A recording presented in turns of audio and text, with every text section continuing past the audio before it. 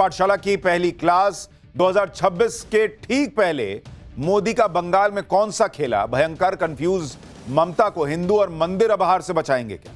मुसलमान बंगाल के ओवैसी के साथ इधर मोदी ने घुसपैठियों को लेकर क्या पूछ लिया जो ममता को भारी पड़ जाएगा क्या?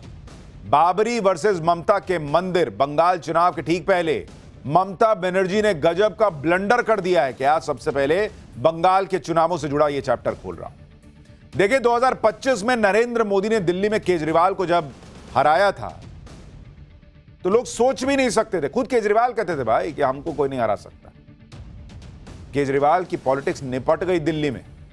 बिहार में लालू की राजनीति निपटा दी गई, रिकॉर्ड जीत बिहार में दर्ज हुई। देश में राहुल गांधी की राजनीति को निपटाया ही हुआ है।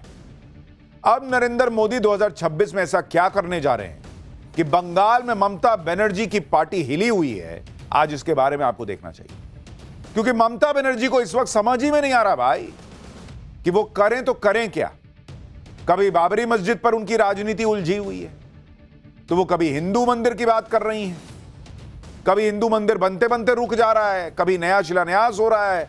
मतलब ममता बनर्जी की पॉलिटिक्स पहली बार, जो कहते हैं ना बोलचाल की भाषा में, कि कन्फ्यूजियाई हुई लग रही है। बंगाल में क्या गजब हो रहा है कि ममता बनर्जी इतनी कंफ्यूज हो गई हैं, आज आपको देखना चाहिए।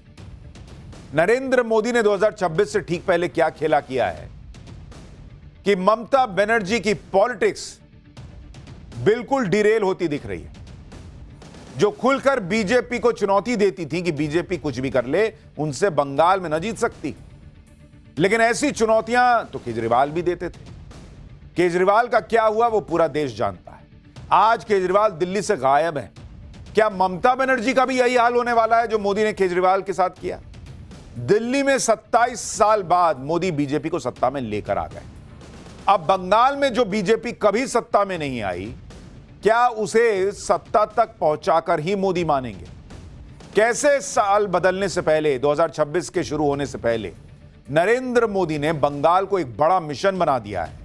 वहां क्या ऐसा हो रहा है कि ममता बनर्जी ब्लंडर पर ब्लंडर करती चली जा रही है? आज आपको यह पॉलिटिक्स देखनी और समझनी चाहिए। लेकिन पहले जो आज हुआ है उसका एक ट्रेलर देखिए।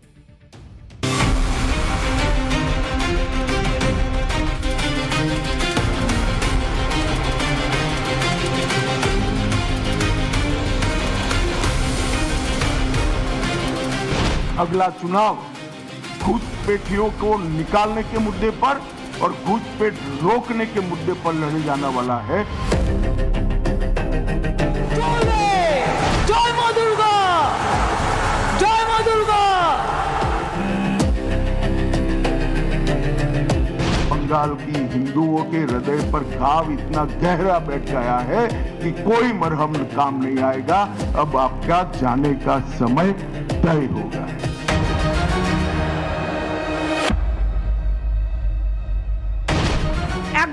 একজন দুঃশাসন এসছেন বাংলায়। ভোট আসলে দুর্যোধন আর দুঃশাসনরা আসেন।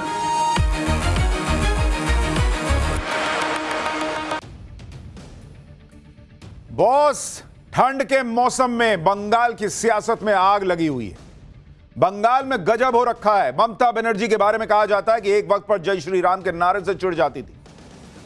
गाड़ी गुजर रही है, कोई जय श्री राम बोल दे तो गाड़ी रोक के क्या बोला, कौन बोला जय श्री राम जी, ऐसे चिढ़ जाती थी।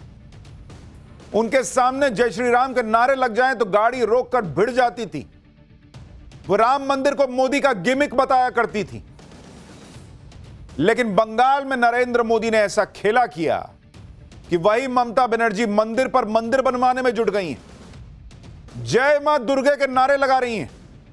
आप देखिए कि ममता बनर्जी, जिनके ऊपर यह आरोप लगता रहा कि भाई वो वोट बैंक की पॉलिटिक्स के लिए हिंदुओं को साइड करके रखती हैं, उनसे उस तरह से जुड़ नहीं पाती हैं, यह आरोप लगाती है बीजेपी।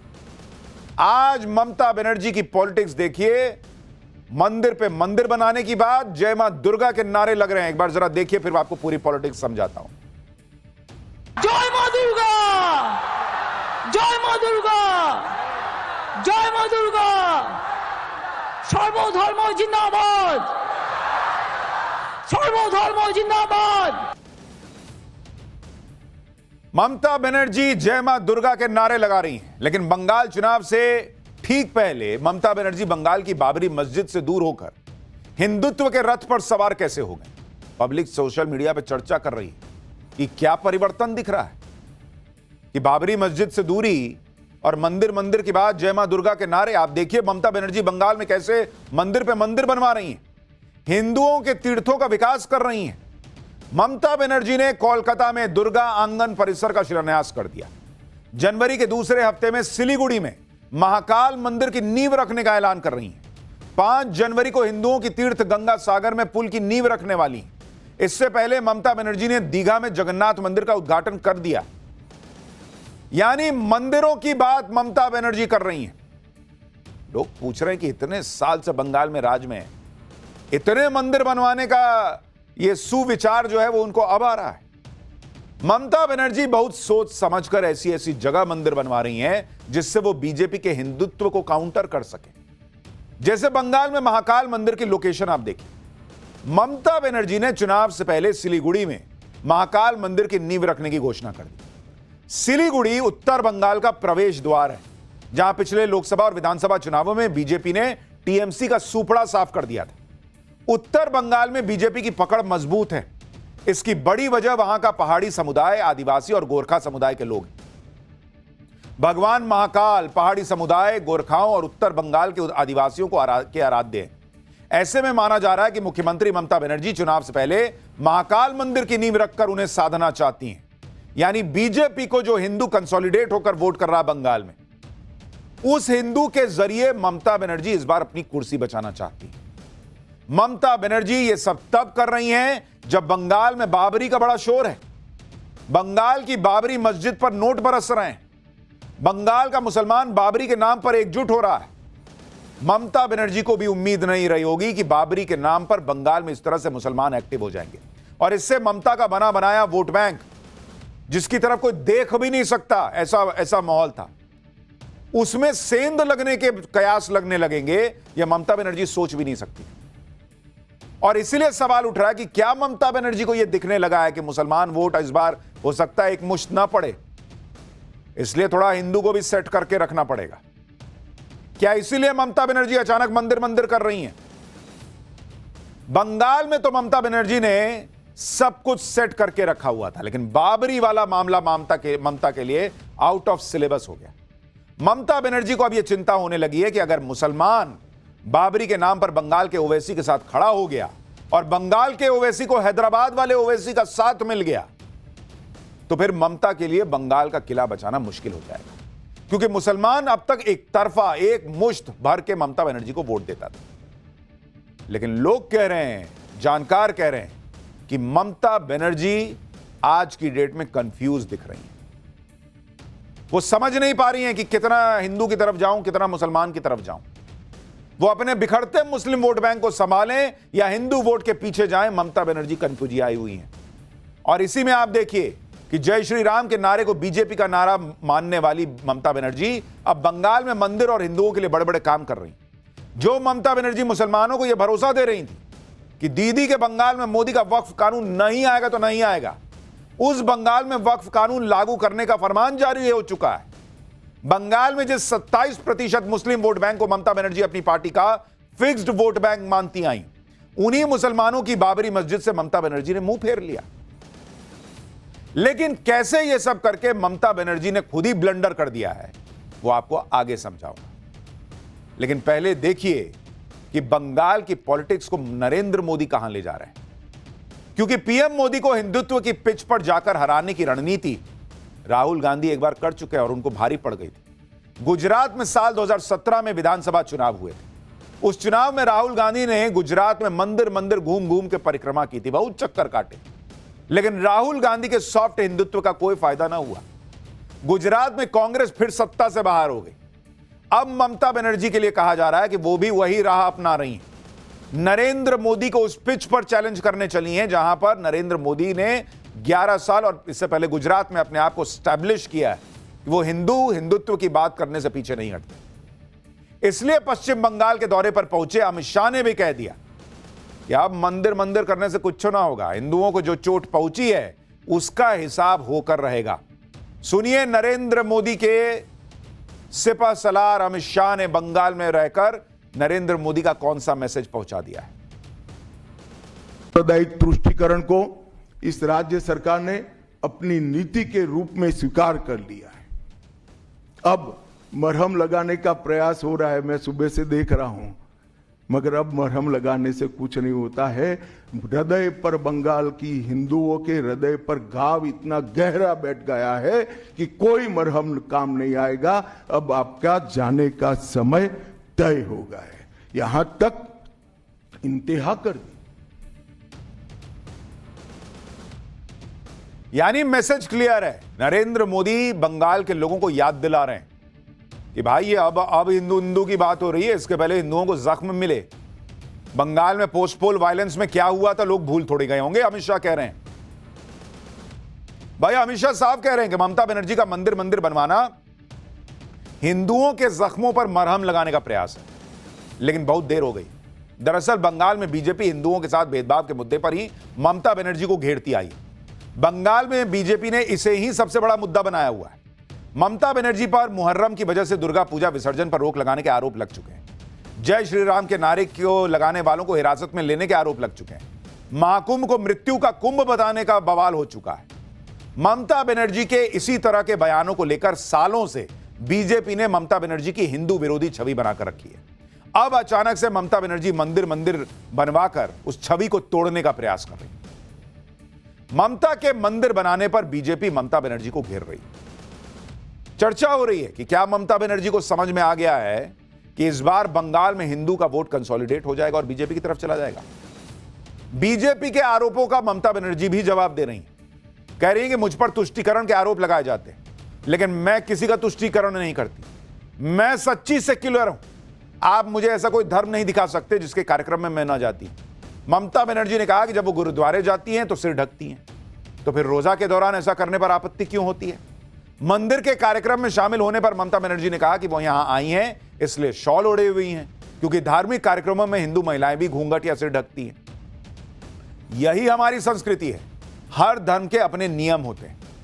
ममता बनर्जी ने बंगाल में बाबरी मस्जिद से मुंह फेरने का जो आरोप उन पर लग रहा है, उसके बीच ये सब किया है। वो बैक टू बैक मंदिर बनवा रही हैं और फिर चाह रही हैं कि लोग उन्हें सच्चा सेक्युलर माने। यही ममता बनर्जी की पॉलिटिक्स का कंफ्यूजन है।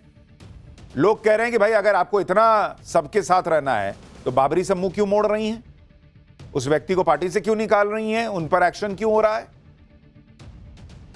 अगर सेक्युलर है तो बाबरी के साथ भी खड़े होइए। मंदिर बनवाने की बात हो रही है तो बाबरी की बात क्यों नहीं कर रही हैं आप कि बाबरी भी बनवाऊंगी। यही ममता बनर्जी का कंफ्यूजन दिखाता है। ममता बनर्जी की दुविधा यह है कि बंगाल के ओवैसी हुमायूं कबीर ने खुद को बंगाल के मुसलमानों का नया नेता घोषित कर दिया। एक तरफ बंगाल के मुसलमानों का ध्रुवीकरण बंगाल के ओवैसी की तरफ हो रहा है, तो दूसरी तरफ हिंदू वोट नरेंद्र मोदी के नाम पर एकजुट हो रहा है। ऐसे में ममता बनर्जी के हाथ से मुसलमान वोट भी चला जाएगा और हिंदू वोट भी नहीं बचेगा तो उनकी कुर्सी संकट में आ जाएगी। ऐसे में ममता बनर्जी की टेंशन घटाने के लिए घटाने का मोर्चा उनके भतीजे और टीएमसी सांसद अभिषेक बनर्जी ने संभाल लिया। अभिषेक बनर्जी ने बंगाल के ओवैसी हुमायूं कबीर को मंदिर मस्जिद की पॉलिटिक्स छोड़ने की नसीहत दी है। सुनिए अभिषेक बनर्जी की नसीहत और उस पर बंगाल के ओवैसी हुमायूं कबीर का जवाब। आप मंदिर बनाइए, मस्जिद बनाइए, गुरुद्वारा बनाइए, चर्च बनाइए, राजनीति छोड़ दीजिए। अगर आप पॉलिटिक्स कर रहे हैं, जनता की सेवा आपका एक लक्ष्य होना चाहिए। वो राजनीति तो पूरा है। वो पहले जगन्नाथ मंदिर बनाया, तो अभिषेक को बोलना चाहते हैं जो आपको किसी के पहले ये सब छोड़ने दीजिए, ये सब छोड़ा नहीं, ये बाकी सब बात आपको मान लो। तो क्या हिंदू वोट पाने के लिए, क्योंकि अब आप बाबरी मस्जिद बना रहे हैं, मुस्लिम वोट आपकी तरफ चला जाएगा, तो क्या हिंदू वोट पाने के लिए दुर्गा आंगन बनाया जा रहा है? तो जितना ही दुर्गा आंगन बनाइए, जितना ही मंदिर बनाइए, जितना ही वो दुर्गा पूजा में सहायता दे रही, वो अगले दिन चुनाव हारेगी। भाई अभिषेक बनर्जी कह रहे हैं कि आप मंदिर बनाइए, मस्जिद बनाइए, गुरुद्वारा बनाइए, चर्च बनाइए, पॉलिटिक्स छोड़ दीजिए अगर यही सब करना है तो। बाबरी मस्जिद बनाने वाले को अगर बाबरी मस्जिद बनानी है, मुसलमानों के सहयोग से बनानी है, तो वो पॉलिटिक्स छोड़ दे। तो फिर ममता बनर्जी को भी बोलिए वो भी तो कह रही है यहां मंदिर बनाऊंगी, वहां मंदिर बनाऊंगी। तो ममता बनर्जी को बोले अभिषेक बनर्जी कि आप भी पॉलिटिक्स छोड़ दीजिए, बाबरी मस्जिद बनाने वाला पॉलिटिक्स छोड़ दे। यही बंगाल के मुसलमानों को इस वक्त बीजेपी दिखा रही है कि देखो ये लोग कैसे मुसलमान से दूर जा रहे हैं। बंगाल के ओवैसी अगर मुसलमानों का वोट काट करके ममता बनर्जी को जबरदस्त झटका देने का प्रयास कर रहे हैं, तो उधर ममता बनर्जी को यह भी डर है कि कांग्रेस, लेफ्ट और दूसरी पार्टियों के हिंदू वोट बीजेपी खींच रही है। पिछले चुनाव के आंकड़े बता रहे हैं कि बंगाल का हिंदू वोट लगातार बीजेपी की तरफ शिफ्ट हो रहा है। बीजेपी का दावा है कि पिछले साल के लोकसभा चुनाव में उसे बंगाल में करीब 69% हिंदू वोट मिले। 2024 के लोकसभा चुनाव में ममता बनर्जी को 5 हिंदुओं में से केवल 1 हिंदू का वोट मिला, यानी करीब 17% हिंदू वोट। वहीं CSDS की रिपोर्ट के मुताबिक 2019 के लोकसभा चुनाव में बीजेपी को बंगाल में 57% हिंदू वोट मिले थे और 2014 में सिर्फ 21%। इस बार बंगाल चुनाव में बीजेपी का टारगेट है कि वो राज्य के 80% हिंदू वोटर से वोट डलवा सके, ताकि उसका हिंदू वोट बैंक 5% और बढ़कर 74% तक अगर पहुंच गया तो उसकी सीटें भी बढ़ जाएंगी। और इसके लिए बिहार चुनाव के बाद ही पीएम मोदी ने बंगाल प्लान पर एक्शन शुरू कर दिया। बीजेपी के तमाम बड़े नेता बंगाल में डेरा डाल चुके हैं और 3 दिन के दौरे पर बंगाल पहुंचे अमित शाह भी कह रहे हैं कि मंदिर पॉलिटिक्स शुरू करने में ममता बनर्जी ने बहुत देर कर दी। मंदिर और मस्जिद दोनों की राजनीति कौन कर रहा है? एक तृणमूल से निकले हुए एमएलए कर रहे हैं और एक तृणमूल कांग्रेस कर रही है। मैं तो भाई किसी भी कारण से मंदिर बनाते ही इसका स्वागत करता हूं, मगर बहुत देरी कर दी है उन्होंने। बीजेपी ने बंगाल पे पूरा जोर लगा दिया है बॉस। बंगाल में मंदिर मस्जिद की पॉलिटिक्स में घिरी ममता बनर्जी की एक बड़ी मुसीबत बांग्लादेशी घुसपैठियों का मुद्दा भी है। घुसपैठियों पर आज ममता बनर्जी से वो सवाल पूछे गए जो उन्हें चुनाव में बहुत भारी पड़ जाएंगे, क्योंकि ममता बनर्जी अक्सर कहती रहती है कि घुसपैठी अगर आ रहे हैं तो फिर कहां से आ रहे हैं, जिम्मेदारी तो केंद्र सरकार की है, बीएसएफ तो मोदी शाह के पास है, बॉर्डर सिक्योरिटी फोर्स। लेकिन आज ममता बनर्जी से अमित शाह ने उलटकर सवाल कर दिया कि कौन सरकार है जो बॉर्डर पर फेंसिंग के लिए जगह ही नहीं दे रही है। घुसपैठिया बंगाल के किसी गांव में घुसता है तो उस पर किसी तरह का एक्शन क्यों नहीं लिया जाता? ममता सरकार क्या कर रही है? घुसपैठियों को वापस क्यों नहीं भेजती? अमित शाह ने यह भी सवाल पूछा कि बंगाल की तरह कश्मीर, असम, त्रिपुरा के बॉर्डर से घुसपैठ क्यों नहीं हो पाती, क्यों बंगाल में हो जाती है? यानी अमित शाह ने पूरा सवाल घुमा के ममता बनर्जी की टेबल की तरफ कर दिया कि आप बताइए बंगाल में यह कैसे हो रहा है। उन्होंने तो खुल के कहा भाई कि घुसपैठ के मुद्दे पे हम चुनाव लड़ेंगे। बंगाल के लोगों को देखना होगा कि उनका हक घुसपैठियों को देना है या उन घुसपैठियों को बाहर करना है। सुनिए अमित शाह को। अगला चुनाव घुसपैठियों को निकालने के मुद्दे पर और घुसपैठ रोकने के मुद्दे पर लड़े जाने वाला है, क्योंकि न केवल ये बंगाल का अब मामला रहा है, अब ये राष्ट्रीय सुरक्षा का मामला है। देश की संस्कृति को बचाना है, देश की सुरक्षा को सुनिश्चित करना है, तो बंगाल की बॉर्डर सील कर दे, ऐसी देशभक्त सरकार यहां लानी पड़ेगी जो ममता बनर्जी नहीं कर सकती, केवल और केवल भारतीय जनता पार्टी कर सकती है। इन सवालों पर गिरी बंगाल की मुख्यमंत्री ममता बनर्जी ने जवाब में पहलगाम हमले की बात करना शुरू कर दिया। बांकुरा की एक रैली में ममता बनर्जी ने कहा कि बीजेपी के लोग कह रहे हैं कि घुसपैठ रोकने के लिए ममता बनर्जी ने जमीन नहीं दी। पेट्रोपाल और अंडाल में जमीन किसकी सरकार ने दी? आगे ममता बनर्जी ने कहा कि बीजेपी कह रही है कि घुसपैठिए सिर्फ बंगाल से ही आते हैं। अगर ऐसा है तो पहलगाम हमला कैसे हुआ? दिल्ली में घटना के पीछे कौन था? यही नहीं, ममता बनर्जी ने कहा कि बीजेपी हर चुनाव में सोनार बांग्ला का वादा करती है, लेकिन बीजेपी शासित राज्यों में बंगाली भाषी लोगों पर अत्याचार हो रहे हैं। बीजेपी के सवालों से ममता बनर्जी इतने गुस्से में आ गई कि उन्होंने बिना नाम लिए शकुनी मामा का चेला दुशासन बंगाल में जानकारी इकट्ठा करने आया है, यह कह दिया। जैसे ही बंगाल में चुनाव आते हैं दुशासन और दुर्योधन दिखने लगते हैं। सुनिए ममता बनर्जी कैसी भाषा का इस्तेमाल कर रही है। একজন দুঃশাসন এসছেন বাংলায়, ভোট আসলে দুর্যোধন আর দুঃশাসনরা আসেন, ওদের চোখে দেখবেন, দু চোখে দেখলেই আতঙ্ক হবে, এই বুঝি কিছু ক্ষতি করতে এলো রে, এলো রে, এলো রে, এলো রে, গেল রে, গেল রে, গেল রে। দুঃশাসন বাবু এসছেন, শকুনি মামার চেলা চামুন্ডারা ঘুরে বেড়াচ্ছে আর বলে বেড়াচ্ছে বাংলায় নাকি 1.5 কোটি লোকের नाम বাদ যাবে কেন? देखिए, ममता बनर्जी जिस तरह से भड़की हुई है ना, उससे साफ लग रहा है कि कहीं ना कहीं बंगाल में उनका मामला गड़बड़ हो रहा है, उनको भी लग रहा है। क्योंकि उधर ममता बनर्जी टेंशन में, इधर नरेंद्र मोदी बंगाल में ऐतिहासिक जीत के दावे ठोक रहे हैं। और यह दावा पिछले कुछ सालों में बंगाल में बीजेपी के बढ़ते जबरदस्त ग्राफ और कुछ सालों के चुनावी आंकड़ों से समझा जा सकता है। आप खुद देखिए कि साल 2014 के लोकसभा चुनाव में बंगाल में बीजेपी का वोट शेयर 17% था और चुनाव में उसको 2 लोकसभा सीट आई थी। 2016 के विधानसभा चुनाव में बीजेपी को 10% वोट मिले थे, 3 सीट आई थी। 2019 के लोकसभा चुनाव में बंगाल में बीजेपी का वोट शेयर 17% से बढ़कर सीधा 41% चला गया और 18 लोकसभा सीटें आई। इसी तरह 2021 के विधानसभा चुनाव में भी बीजेपी ने 38% वोट शेयर के साथ 77 विधानसभा सीटें जीती। पिछले साल हुए लोकसभा चुनाव में बीजेपी का वोट शेयर 39% रहा और उसे 12 लोकसभा सीटों पर जीत मिली। यानी बीजेपी अब बंगाल में ऑलमोस्ट 40% वोट शेयर के आसपास आकर रुक गई। अगर हिंदू वोट कंसोलिडेट हुआ और ममता का वोट, जो मुसलमानों का एक मुश्त वोट मिलता था, वो टूट गया, बट गया, बिखर गया, तो बंगाल में इस बार खेला हो सकता है। इन्हीं आंकड़ों के दम पर पीएम मोदी और अमित शाह की जोड़ी बंगाल में इस बार शानदार जीत के दावे कर रही है, अभी से जोर लगा रही है। बंगाल में मार्च अप्रैल में चुनाव होने हैं, अभी 3-4 महीना है, लेकिन ये लोग अभी से लग गए और कहा जा रहा है कि ये तो अभी शुरुआत है, अभी तो बहुत खेला बचा है। बंगाल के सियासी हलचल की गूंज आज उस वक्त दिल्ली पहुंच गई जब कांग्रेस नेता अधीर रंजन चौधरी अचानक पीएम मोदी से मिलने पहुंच गए। अधीर रंजन चौधरी को लेकर अटकलों का बाजार इसलिए गर्म हो गया है क्योंकि कई मीडिया रिपोर्ट्स में उनकी कांग्रेस से नाराजगी के दावे किए जा चुके हैं और पिछले साल लोकसभा चुनाव में मिली हार के बाद उन्हें हाशिए पर बताया जा रहा है। टीएमसी ने बंगाल में इंडी गठबंधन टूटने के लिए अधीर रंजन चौधरी को ही वजह बताया था और चुनाव में हार के बाद अधीर रंजन चौधरी को बंगाल प्रदेश कांग्रेस अध्यक्ष पद से भी हटा दिया गया था।